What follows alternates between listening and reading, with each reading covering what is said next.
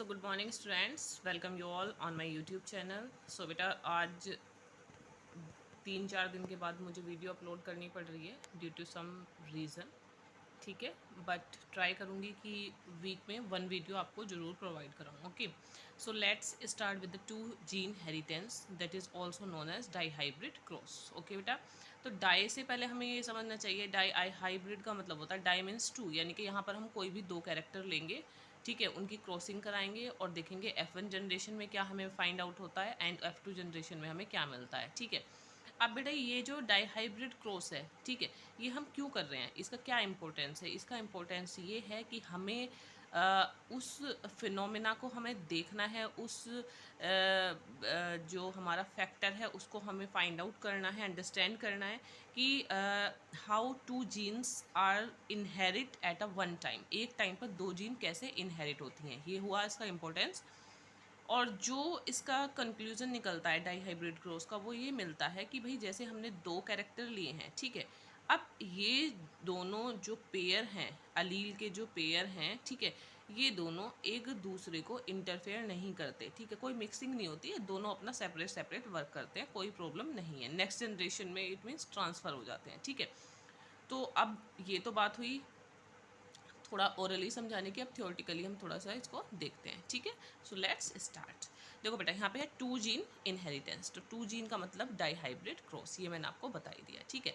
यहाँ पर क्या किया था मेंडल ने, एक राउंड येलो, यानी कि राउंड किसके लिए रेस्पॉन्सिबल है, शेप के लिए, ठीक है, एंड येलो क्या है, कलर। तो यहाँ पे शेप एंड कलर, ठीक है, तो शेप एंड कलर को यहाँ पर लिया गया, ठीक है। तो उसके बाद ऐसे ही यहाँ पर जो दूसरा लिया वो इन्होंने लिया रिंकल्ड ग्रीन, ठीक है। अब ये क्या है, पेरेंट्स हैं, इनकी हमने क्या कराई, इनके पहले गैमीट देख लेते हैं। तो गैमीट क्या पॉसिबल होंगे यहाँ पे, आर वाई, ठीक है, और यहाँ पर स्मॉल आर स्मॉल वाई, ये हो गए इसके गैमीट, ठीक। अब हमने इनका क्रॉस कराया, तो क्रॉस कराने के बाद ऑब्वियसली आपको पता ही है कि F1 जनरेशन में जो सारे के सारा जो सीड होगा, ठीक है, जो पी का जो सीड हुआ वो कैसा हुआ, राउंड एंड येलो हुआ, ठीक है। अब क्यों हुआ राउंड एंड येलो, क्योंकि आपको पता है कि यहाँ पर F1 जनरेशन में एक जीन यानी कि एक अलील ऐसा प्रेजेंट था जो रेस्पॉन्सिबल था किसके लिए, राउंड कलर के लिए, ठीक है, और वो भी कैसी फॉर्म में, डोमिनेंट फॉर्म में। ऐसे ही एक जो अलील था यहाँ पर प्रेजेंट था जो रेस्पॉन्सिबल था येलो कलर के लिए, वो भी यहाँ पर डोमिनेंट फॉर्म में प्रेजेंट था, ठीक है। तो F1 जनरेशन में जितने भी सीड होंगे वो राउंड एंड येलो ही होंगे, ओके। अब बेटा इसकी सेल्फिंग कराएंगे, तो सेल्फिंग का मतलब होता है अगर कैपिटल आर स्मॉल वाई है, कैपिटल वाई स्मॉल वाई है, तो इसका सेल्फिंग यानी कि इसका इसी से ही क्रॉस कराएंगे, ठीक है। अब जब हम इसका इसी से ही क्रॉस कराते हैं यानी कि इसको सेल्फिंग बोलते हैं, तो 4 टाइप के गैमीट जो हैं वो पॉसिबल हो सकते हैं भाई, या तो कैपिटल आर और कैपिटल वाई हो सकता है, या small R small Y, capital R small Y, small R small Y, ठीक है। ये 4 जो गैमीट हैं यही यहाँ पर पॉसिबल होंगे, ठीक है। अब हम यूनिट स्क्वायर में इसको अरेंज करते हैं। यहाँ पे कोई फ़र्क नहीं पड़ता कि मेल आपको कहाँ रखना है, फीमेल आपको कहाँ रखना है, आप मेल की तरफ कोई भी रख सकते हो और फीमेल की तरफ भी कोई रख सकते हो, ठीक है।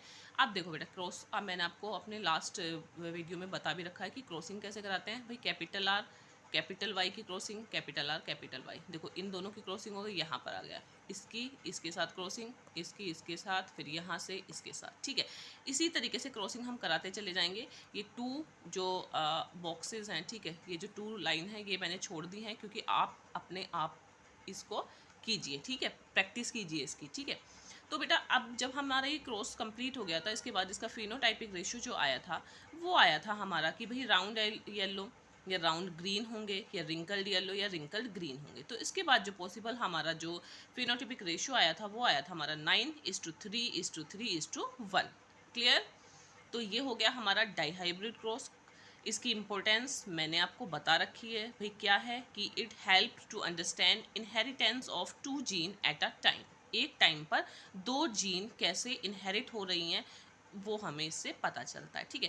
कंक्लूजन में मैंने आपको बताया ही है कि inheritance of one pair of allele do not interfere in the inheritance of other pair of allele, यानी कि एक पेयर ऑफ एलील जो है वो दूसरे पेयर ऑफ एलील के साथ कोई भी क्या नहीं करता, कोई भी इंटरफेयर नहीं करता, दोनों अलग अलग ही अपने ट्रेड्स को शो करते हैं, ठीक है। अब इसको बेटा लॉ ऑफ इंडिपेंडेंट अशोर्टमेंट भी कहा जाता है, and this is the third law of Mendel, ठीक है।